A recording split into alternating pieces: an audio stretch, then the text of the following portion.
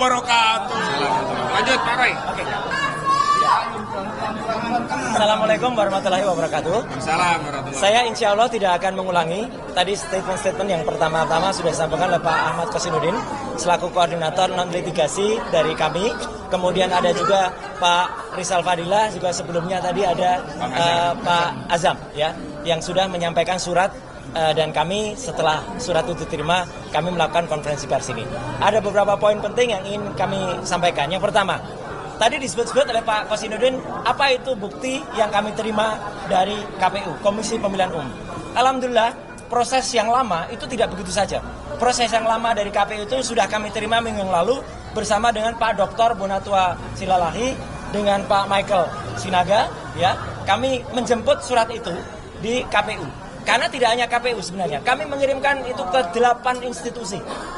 Termasuk diantaranya KPU Pusat, KPU DKI Jakarta, KPU Solo, dan beberapa tempat lain. Termasuk juga ke ANRI, ya, Arsip Nasional Republik Indonesia dan tempat lain.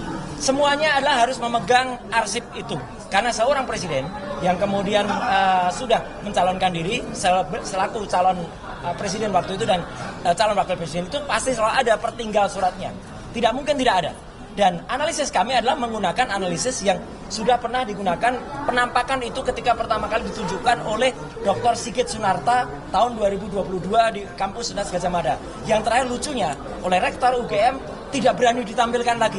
Padahal itu penampilan pertama. Penampilan kedua adalah ketika seorang kader partai, ya, partai gajah itu ya, partai yang nggak punya ijazah itu, ya, itu menampilkannya di akun Twitter, di akun X pada tanggal 1 April 2025. Hanya justru dialah justru sebenarnya, meskipun yang ditampilkan itu adalah asli, tapi dia yang harus kenakan sebenarnya pasal 32 atau 35 Undang-Undang ITE. Karena dia membuat tidak tepatnya gambar itu, dibuat miring. Tidak miring, dibuat miring itu berarti dia melakukan rekayasa. Apapun itu, gambar-gambar itu adalah similar. Ya, similar itu mirip. Akhirnya yang mirip itu kemudian kami cross-check dengan penampilan dari Barreskrim. Jadi yang kami gunakan sebagai bukti sahih adalah yang ditampilkan Barreskrim, meskipun itu hanya berupa fotokopi dan terlipat. Tapi meskipun berupa fotokopi dan plat, itu ditampilkan di institusi resmi milik negara, yaitu Barreskrim. Itu kemudian kita analisis, kita perbandingkan dengan tampilannya, dan kita analisis dengan temuan ketika kami ke KPU menerima langsung itu dari KPU, dan itu sudah saya periksa juga sebelum saya berangkat kemarin ke Solo dan ke Malang, ya, itu adalah identik. Artinya apa? Hasil penelitian kami dalam buku setebal 700 halaman, Jokowi's Paper, dia mengatakan 99% ijazah itu palsu. Berarti kesimpulannya, apa yang dikumpulkan oleh Jokowi di KPU dan insya Allah di tempat lain adalah palsu juga. Jadi itu yang paling penting, 99,9% ijazahnya adalah palsu. Dengan demikian, maka kami sangat menghormati, mengapresiasi apa yang disampaikan oleh mantan Kabareskrim, ya, Pak Susno Dwaji, dalam acara di salah satu TV bersama dengan Pak Herman, yang mengatakan kasus di Polda Metro Jaya harus dihentikan karena tidak sesuai dengan apa yang karena ijazahnya tidak terbukti asli. Kalau ijazahnya palsu, berarti apa? Berarti pasal pencemaran nama baik, apalagi penghinaan, fitnah itu juga tidak ada. Justru kasus yang ada di Barreskrim ini harus dibuka kembali. Maka surat itulah tadi. Jadi nyambung ya kronologinya. Surat itu tadi yang diberikan. Dan ini saya tambahkan sedikit ya. Alhamdulillah saya barusan saja hari Jumat yang lalu dari kota Solo. Solo itu kota tempat, dan di Solo itu kami berada di Kertopuran, daerah tempat, dan kami berada di Gedung Umat Islam, ya, itu gedung yang sangat bersejarah, perkembangan Islam dekat Keraton Surakarta di Ningrat, ya, di kawasan Baluarti. Kami mengadakan bedah buku, diikuti oleh ratusan orang, ada sekitar hampir 300 orang, dan sukses. Dan di kota Solo yang kami tadinya khawatir, wah jangan-jangan kami menang penolakan, tidak sama sekali. Justru di sana masyarakat mengeluhkan, mulai dari saya turun di bandara, ya, sampai dengan kemudian kami makan sate, ya, di satu tempat, ya, itu semua masyarakat mengeluhkan, bahkan masyarakat minta tanda tangan, minta bukunya kemudian ditandatangani lagi dan lain sebagainya.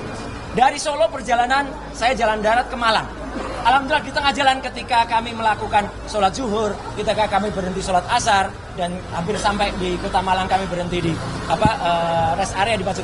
Masyarakat rata-rata itu menunggu, ya, hasil ini, dan mereka melakukan apresiasi dan mereka menyampaikan salam kepada semua teman-teman tim hukum, ya, karena waktu itu saya hanya bersama Dr. Tifa dan saya bersama Pak Refli Harun, ya, juga bersama teman yang lain. Ada satu teman lain lagi. Alhamdulillahnya saya Malang, kenapa saya ini penting ya? Malang malam sebelum kami datang, kami mendapat kabar bahwa sekelompok orang melakukan persekusi.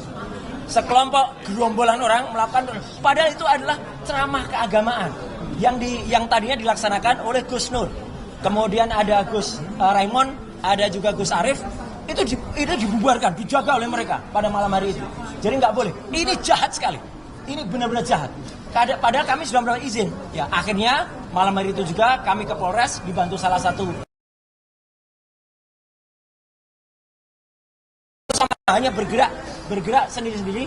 Ya, kami kemudian sampai kepada Polres dan kami sampaikan bahwa apa yang kami lakukan itu sudah sah.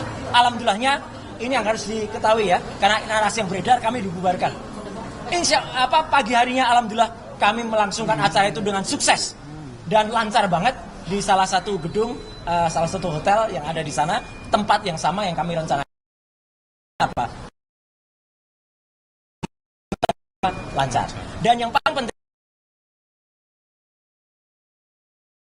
ya, dan juga teman-teman yang lain ya, Pak Azam dan lain sebagainya, itu harus diwaspadai. Kenapa? Apa yang mereka ancamkan, ya, mereka kemudian mendesak-desak Polda Metro Jaya itu sama sekali tidak benar. Ya, itu melanggar hukum.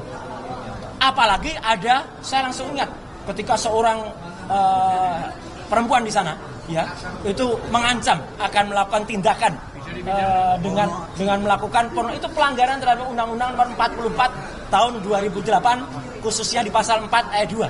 Saya kebetulan adalah narasumber juga di undang-undang itu. Ya gitu, ketika sebelum menjadi anggota DPR. Itu adalah tindakan yang melakukan porno aksi. Porno aksi adalah bagian dari pornografi. Dan itu kalau diterus-teruskan, itu bisa menjadi tindakan asusila nantinya. Ya, tahu nggak gambarnya asusila? Asusila itu kayak gini nih. Ini asusila ini. Seperti apa? Ini asusila. Asusilo. Asusilo. Ya. Jadi mereka mau masuk asusila. Ya. Jadi kita tolak keras. Ayo rakyat Indonesia, ya jangan biarkan mereka melakukan tindakan porno aksi dan asusila semacam ini. Ya, ya dimulai ini. Jadi mohon maaf sudah azan. Jadi kita sampaikan. Kami melakukan tindakan yang terstruktur dan terukur. Kami sampaikan surat dan insya Allah kami mohon doa restunya rakyat Indonesia. Mari kita teruskan masalah ini di Barreskrim dan kemudian yang ada sampai ke pengadilan di Barreskrim. Tapi yang sesuai dengan ada yang himbauan dari semua termasuk mantan Kabar Reskrim yang ada di Polda Metro Jaya harus di SP3. Sekian, terima kasih. Wassalamualaikum. Salinan dari KPU dikasih. Jadi itu kabar bohong ya. Kalau ada orang-orang yang oh iya, itu nanti kita berikan sebagai salah satu motif. Oke. Nah ini ya. Meskipun ini kami pertanyakan, ada beberapa kok ditutupi. Jadi uji konsekuensinya itu lagi kita bersurat lagi dengan Pak Bonatua dan Mas Michael itu yang ada di belakang sana. Kita lagi pertanyakan dan apalagi ini legalisasinya ini kan tahun 2019. Kita bersurat juga untuk yang legalisasi tahun 2014 itu juga kita minta, legalisasi tahun 2005 di Jakarta, legalisasi tahun 2010 yang ada di Solo juga kita minta. Ini juga kita lampirkan. Ya. Oke, saya kira itu dari saya. Kalau ada sekarang Bang Pedi dulu. Nah, Bang Pedi, kemudian Bang Jagir. Bang Jagir dulu atau Bang Pedi? Saya dulu.